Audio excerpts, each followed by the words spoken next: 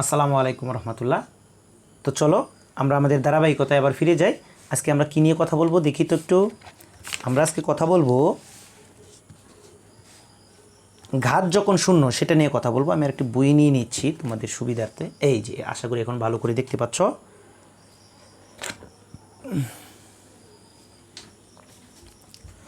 এখানে লেখা আছে ঘাত যখন শূন্য। কী লেখা আছে খেয়াল করো তো। এবার একটা বিষয় লক্ষ্য করো, ছক 3.2 এর সর্বশেষ সারিতে, এই ছক 3.2 কোথায়? ছক 3.2 এই যে ছক 3.2 এর সর্বশেষ সারিতে। সর্বশেষ সারি তো এটা, তাই না? অষ্টম সারি এটা না? তোমরা কি দেখতে পাচ্ছ? এই যে সর্বশেষ সারি কোনটা ছিল? 2 কিউব, মানে এটা ছিল না? মানে 2 কয়টা ছিল গুণাকারে বুঝতে পারছো? 1 2 3 4টি ছিল, 2 দিয়ে ভাগ করে দেন আমরা রেখেছিলাম কয়টি? 3টি। এখানে এই জন্যই তো এখানে 2 কিউব লেখা হয়েছিল, এরকম ছিল, তাই না? তো সর্বশেষ সারিতে কী বলেছে তারা? সর্বশেষ সারিতে আমরা কাজটি কী করেছি ভাবো তো। 3.2 তো ছিল এটা, হ্যাঁ। 10কে 10 দিয়ে ভাগ করেছি মূলত, কোথায়? এটা তো 3.2 না। তাহলে তারা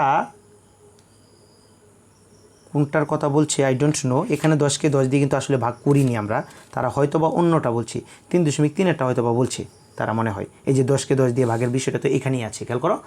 দেখেছো এই যে এই ভুলগুলো কিন্তু নতুন বই রয়ে গিয়েছে, কিছু করার নেই, এগুলো ঠিক হবে আস্তে আস্তে। এই যে এখানে সর্বশেষ সারিতে 10কে 10 দিয়ে ভাগ তো আমরা এখানে করেছি, এখানে এই যে এখানে 3.3-এ তারা ভুলে এটাকে লিখে ফেলেছে 3.2। যাই হোক, ব্যাপার না, দেখি কী লেখা আছে পরে। কিন্তু সূচকেও ভাগে এটি হয়ে যায় 10/10। এখন আমরা সূচকের ভাগের নিয়মটি কী শিখেছি দেখো তো। সেই নিয়ম থেকে কিন্তু লেখা যায় 10/10। তার মানে এটা এই যে এই 10-এর মাথায়ও কিন্তু 1 আছে মনে মনে, আর এই 10-এর মাথায়ও কিন্তু মনে মনে 1 আছে। তাহলে বিষয়টা কী দাঁড়ালো? যে ভিত্তি একই হলে ভাগের সময়, এটা কিন্তু এই যে ভাগের সময় পাওয়ারগুলো কী হয় জানি? বিয়োগ হয়। এই জন্যই তো তারা 10 লিখে 1 বিয়োগ 1 লিখে ফেলেছে। কিন্তু 1 থেকে 1 গেলে তো 0, তো সামথিং টু দি পাওয়ার 0, মানে 10 টু দি পাওয়ার 0 = 1। তো মনে করার চেষ্টা করো, আমরা শুরুতেই কাগজ ভাঁজ করার খেলা খেলেছিলাম, মনে আছে তোমাদের নিশ্চয়ই? সেখানে আমরা কি দেখে এসেছিলাম বলো তো? যখন কোনো ভাঁজ নেই তখনও একটি ঘর পাওয়া যায়। বিষয়টা আমি মনে না থাকলে মনে করিয়ে দিচ্ছি। ধরো এটা একটা কাগজ, আমি এটাকে যে একটি ভাঁজ করলাম, এভাবে একটি ভাঁজ করলাম। তো ভাঁজ করার পরে কিন্তু আমরা এরকম যে দাগ টেনেছিলাম, তো এখানে যে একটি আর এই যে একটি, 2টি ঘর পেলাম না আমরা? কিন্তু ধরো আমি ভাঁজ করবো না, এইভাবে রেখে দেবো, এইভাবে রেখে দেবো। এখন ভাঁজ না করার কারণে এখানে ভাঁজ সংখ্যা কিন্তু 0, তাই না? এখন আমি ভাঁজ করিনি, তার মানে কি এই যে এখানে কোনো ঘর নেই? এখানে আছে তো, এই যে একটি ঘর আছে না, এই যে সম্পূর্ণটা মিলিয়ে কেটে একটা ঘর হলো না? এটাই তারা বলছে যে অর্থাৎ শূন্য বাজে আমরা একটি ঘর পেয়েছিলাম, হ্যাঁ পেয়েছিলাম। আবার উপর থেকে সূচকের সূত্রের সাহায্যে আমরা কি দেখতে পাচ্ছি? 10-এর উপর সূচক 0 হয়েছে, তার মানে আসলে রেজাল্টটা কত হবে? 1 হবে। সেটাই তারা একটু অ্যাডজাস্ট করে দিল, এই আর কি। তো এবার তাহলে ঝটপট নিচের ছকটি পূরণ করে ফেলে তো। দেখি তো ছকটি কীরকম দেওয়া আছে এখানে, খেয়াল করো। 10 টু দি পাওয়ার 0 ভাগ 10 টু দি 4 ভাগ 10 টু দি পাওয়ার 4। তাহলে ভিত্তি একই হলে ভাগের সময় পাওয়ারগুলো কী হবে? বিয়োগ হবে। পাওয়ারগুলো বিয়োগ, তাহলে 4 - 4, তার মানে কত হবে আসলে? ভাগফল কাঠামোটা কীরকম হবে? যে যে যে এইভাবেই তো লিখতে পারতাম। প্রথমটা লিখলাম ডিভাইডেড বাই পরেরটা লিখলাম, যে কাটাকাটি করে দিই, এভাবে হবে 0, এভাবে কত হবে? 0, আর এভাবে কাটাকাটি করলে 1 হবে। আর সূচকীয়ভাবে লিখলে 10 টু দি পাওয়ার 0 হবে। এটা কীরকম হবে দেখো তো।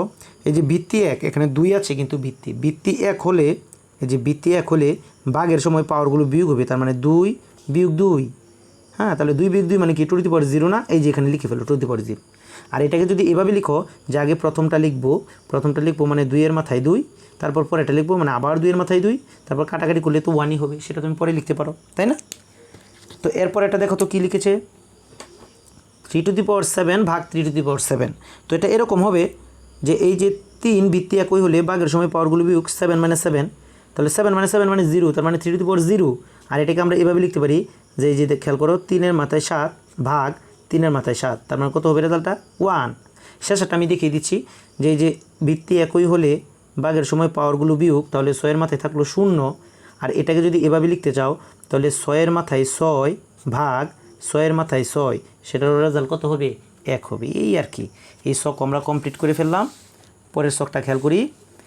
এখান থেকে তোমরা আসলে কি দেখতে পারছো বলো তো?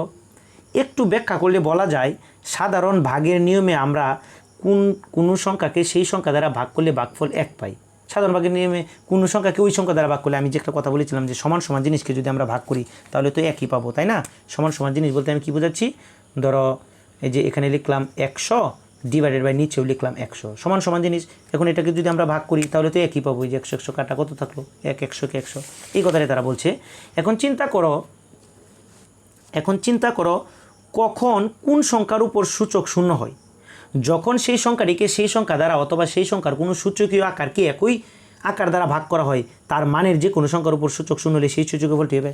মানে এই বিষয়টা তারা এইভাবেই বোঝাচ্ছে। ধরো যে আমি যে 100 এখানে লিখলাম, এটার মাথায় 1 আছে, এটার মাথায় 1 আছে, তখন ভিত্তি একই হিসেবে ধরলে 1 বিয়োগ করলেই তো আসলে 100 মাথায় শূন্যটা আসছে, এটাই তারা বলছে এখানে। হ্যাঁ, এবার কি তোমার কাগজবাজের সাথে তুমি কোনো মিল খুঁজে পাচ্ছ? হ্যাঁ, মিল খুঁজে পেলাম। তো যখন কোনো একটা বিষয়ের উপর মানে কোনো একটা সংখ্যার উপর শূন্য দেওয়া থাকবে তখন এটা মান হবে কত? 1 হবে, তাই না? এবার আরেকটি বিষয় নিয়ে ভাবি, শূন্য এর উপর কি সূচক শূন্য হতে পারে? এটা আমরা হয়তো বা পড়ে ফেলেছিলাম এবং আমি তোমাদেরকে বুঝিয়ে দিয়েছিলাম যে 0⁻0 is not defined, it's an undefined number. হ্যাঁ, এটা অসংজ্ঞায়িত একটা সংখ্যা, এটাকে কিন্তু আমরা সংজ্ঞায়িত করতে পারি না। এবং কেন করতে পারি না এটা কিন্তু এখান থেকে তুমি এখন ফিল করতে পারবে। এগুলো উপরে ক্লাসে যেগুলো ছিল তোমাদের এখানে সেগুলো দিয়ে দিয়েছে। হ্যাঁ, that's an amazing thing I think. খেয়াল করো তো এখানে কী লিখেছে, যে শূন্য এর উপর কি সূচক শূন্য হতে পারে? এবার দেখো আমরা ছক এই 3.5-এরই সাহায্য নিব, মানে 3.5 মানে যে আগের ছকটাই, যে এই ছকের কথা তারা বলছে এখানে। হ্যাঁ, চলো ছকটি প্রথম সারিতে 10⁴ ভাগ 10⁴ এর বদলে 0⁴ ভাগ 0⁴ এটা নিয়ে ভাবি। আচ্ছা, ভাবলে কী হবে দেখো তো, 0⁴ ভাগ 0⁴, তাহলে যে ভিত্তি একই হলে যে ভাগের সময় পাওয়ারগুলো বিয়োগ মানে 4 - 4, তাহলে কত হবে? আশা করি বুঝতে পারছো, 0⁴। কিন্তু এখানে রেজাল্টটা কত হবে এটা হচ্ছে কথা। এটা কত হবে এটা আমি তোমাকে আগে বুঝিয়ে নেই, তারপর তাদের কথাগুলো পড়ে দিচ্ছি। খেয়াল করো, এখানে ছিল 0⁴ ভাগ 0⁴, এরকমটা ছিল। তো নিয়ম অনুযায়ী তুমি শিখে আসছো ভিত্তি একই হলে ভাগের সময় পাওয়ারগুলো কি হবে? বিয়োগ হবে। তাহলে আলটিমেটলি থাকলো 0⁴। এখন question can arise that what is the value of this expression, এই 0⁴ এটার মানটা কত? এটা এখন হচ্ছে আমাদের প্রশ্ন। এটার মানটা কত হবে আমি বলি। আচ্ছা, আমি যদি তোমাকে বলি 2-এর মাথায় 2 ডিভাইডেড বাই 2-এর মাথায় 1 কত হবে? তুমি এখন সূচকের নিয়মে পারো। কিভাবে পারো? যে ভিত্তি 1 আছে, পাওয়ারগুলো স্যার বিয়োগ দিয়ে দেন, 2-এর মাথায় 1, 2-এর মাথায় 1 মানে তো আসলে 2কে ইন্ডিকেট করছে, তার মানে অ্যান্সার 2। কিন্তু তুমি আরেকটু এই আগের যে মেথডগুলো ছিল, হ্যাঁ, সেই মেথডে ফিরে যাও তো। প্রাইমারি মেথডগুলো কীরকম ছিল? প্রাইমারি মেথডগুলো ছিল 2-এর মাথায় 2 মানে 2 কিন্তু 2টি গুণাকারে রয়েছে, আর 2-এর মাথায় 1 মানে 2 কয়টি গুণাকারে রয়েছে? 1টি। তো কাটাকাটি করে দিলে এখানে 2 আসলে কয়টি অবশিষ্ট থাকে? 2, এই যে 1টি, এই জন্য তো আনসার 2 হয়েছিল। তাহলে আরেকটা বোঝাই, যদি না বুঝো, ধরো 3-এর মাথায় 4 ডিভাইডেড বাই 3-এর মাথায় 2, তার মানে বিষয়টা কীরকম, যে 3-এর মাথায় 4 মানে 3 কিন্তু 4টি গুণ। আমি সূচকের নিয়মে করছি না, আগের নিয়মে করছি আমরা। হ্যাঁ, 1টি 2টি 3টি 4টি, আর 3-এর মাথায় 2 মানে 3 কয়টি গুণ?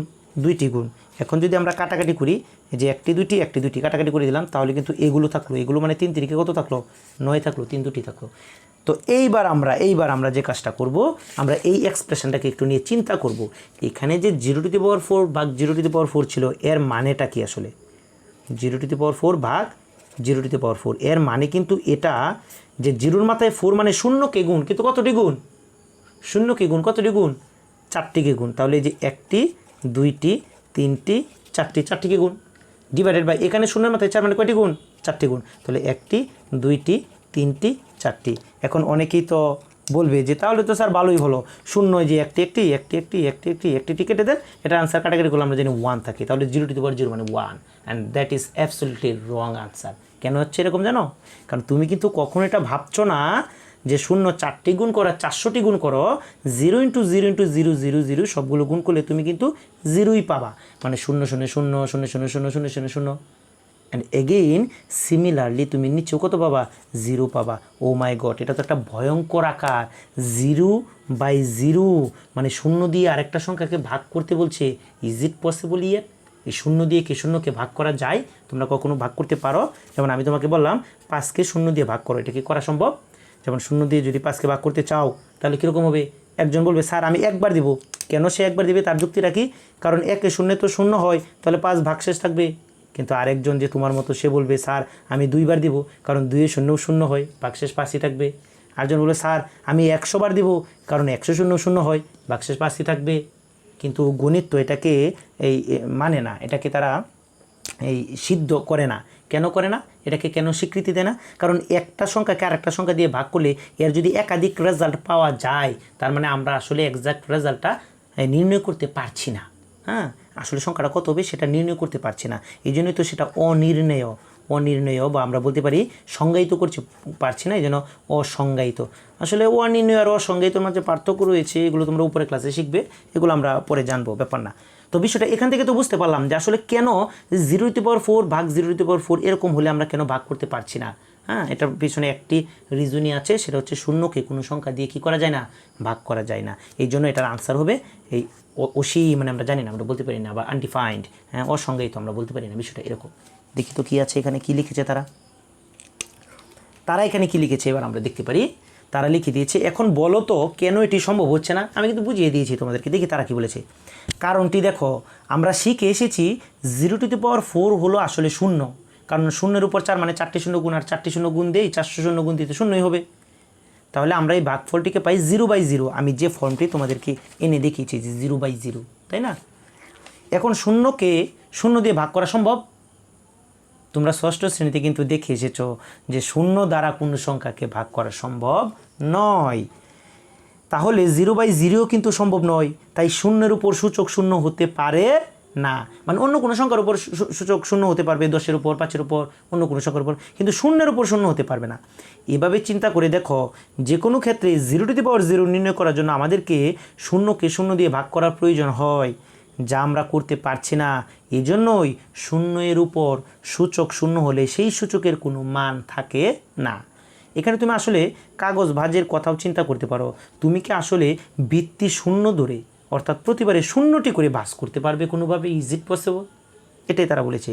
তো এখানে আমরা বক্স করা কথাটা আবারও দেখব, কারণ এগুলো আমরা জানি খুবই গুরুত্বপূর্ণ, যে শূন্য ব্যতীত মানে শূন্য ছাড়া যে কোনো সংখ্যার সূচক বা ঘাত যদি শূন্য হয় তাহলে সূচকের মান হবে 1, কিন্তু যদি শূন্যের মাথায় শূন্য হয়, হ্যাঁ, তাহলে উই ক্যান নট ডিফাইন, এটা কিন্তু আমরা পারি না। হ্যাঁ, তাহলে এই ছিল আমাদের মূলত এই ঘাত যখন শূন্য হবে তখন ভাগের সময় কি হবে সেই ঘটনাটা।